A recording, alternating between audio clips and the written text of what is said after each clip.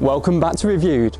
So here at Leasing.Cars and DSG, we love our Volkswagen electrics. And this week we're going to take a closer look at a very special one, my Volkswagen ID.4. I've been driving this car now for 5 weeks, having tripped over 1,000 miles and over 38 hours behind the wheel. Here's what I liked, loved and loathed. Well, that's being over dramatic, but let's go. Volkswagen started their electrification with the e-Golf in 2014, then the ID.3 and 4 were launched in 2020 and will be their flagship EVs for the foreseeable future. This is the entry-level model ID.4, the 109 kilowatt Life Pure model with a 52 kilowatt hour battery. Getting into the most important part straight away, this allows for a WLTP range of 214 miles and in the real world seeing 195 miles out of each charge.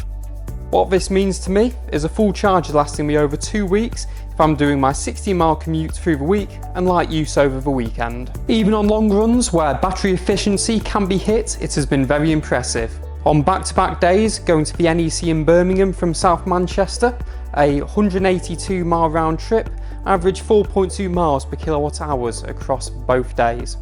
And over its current life cycle, my ID.4 is averaging 3.8 miles per kilowatt hour. I'm no racer these days, so typically run the car in its highest regeneration and slower acceleration mode.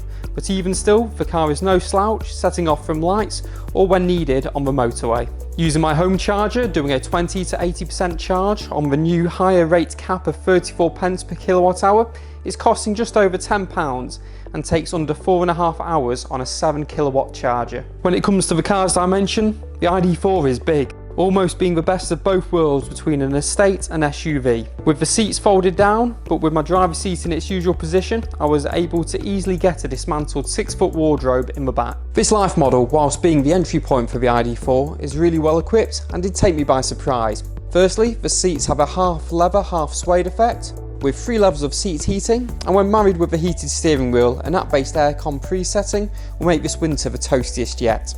Adaptive cruise control, lane keep assist functionality is standard, making long journeys a doddle. Other unnecessary but truly appreciated options are the configurable ambient lighting, captain's chair style armrest, and double USB-Cs in the front and rear, along with a wireless charging nook in the centre console. The only 2 parts of the car I would change are the steel wheels and trims. Handy to keep alloy repairs down, but not the most visually appealing. And all credit to VW, newer models run on 18-inch alloys as standard. My main gripe is the touchscreen temperature control sliders, which are unresponsive and then too responsive. A button or dial system here would have been great. But apart from that, I can truly say I've been bowled over with Volkswagen's electric offering. And it only gets better when it comes to the company car tax. A 40% taxpayer is looking at £26.23 a month, and a 20% tax buyer only £13.12, which for this amount of car is an absolute bargain. If you'd like any more information on the ID.4, well, ask the experts. We've actually got 2 more coming in the next couple of weeks. Also, our fleet savings calculator is there to show you how much you and your business could save if you switch from a Tiguan diesel over to an ID.4.